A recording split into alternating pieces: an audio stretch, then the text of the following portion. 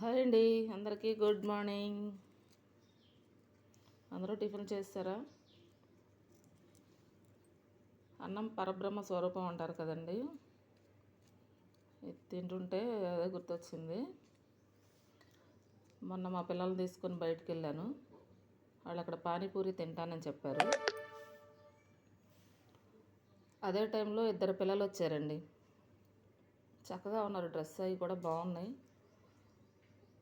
వచ్చి సైగ చేస్తున్నారనమాట, తింటామని చెప్పేసి. అలాగ ఓకే, మన పిల్లలతో పాటు తింటారని చెప్పేసి తినండి, ఏం కావాలో అన్నాను. లేదు, మేము పార్సిల్ తీసుకెళ్తాం ఇంటికి అన్నారు.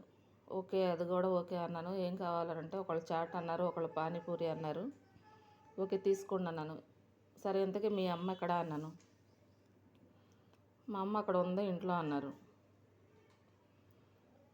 మీ అమ్మ ఉంటే మరి మీరే ఇద్దరే ఎందుకు వచ్చారు బయటకు అంటే వాళ్ళు సరిగ్గా సమాధానం చెప్పలేకపోయారు. సరే అని చెప్పేసి నేను వాళ్ళకి అవి తీసుకొని, వాళ్ళు కావాలని తీసుకొని పార్సిల్ చేపించి ఇచ్చి పంపించాను. చిన్నపిల్లలు కదండి, పాపం అడిగారు, వాళ్ళు తింటారు కదా అని చెప్పేసి పంపించాను. తర్వాత తెలిసిన విషయం ఏంటంటే, వాళ్ళ అమ్మ ఇంట్లో కూర్చొని ఆ పిల్లల్ని బయటికి పంపిస్తుందంట.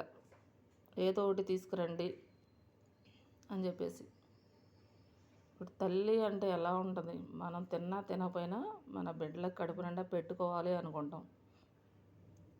ఆవిడేం మనిషో నాకు అర్థం కాలేదు. తన ఇంట్లో కూర్చొని పిల్లల్ని బయటికి పంపించి మీరు అది తండి ఇది తండి అని చెప్పేసి పిల్లల్ని బయటికి పంపించి పిల్లలతో తెప్పించుకుంటుందంటే తను ఏమనుకోవాలో నాకు అర్థం కాలేదు. తెలిసిన తర్వాత నేను షాక్ అయ్యాను. ఆ పిల్లలు చూస్తే చిన్నపిల్లలు కదా, పాపం మన పిల్లలతో పాటు ఆకలితో ఉన్నారు, ఏదో ఒకటి తినాలి కదా అని చెప్పేసి నేను తీసుకోండి అని చెప్పి ఇచ్చి పంపించాను అనమాట. తర్వాత రోజు ఇలా జరిగిందని అంటే కాదండి, ఇలాగా వాళ్ళ పేరెంట్స్ ఇంట్లో ఉంటారు, పంపించారు, ఇలాగా పంపిస్తారు అని తెలిసింది.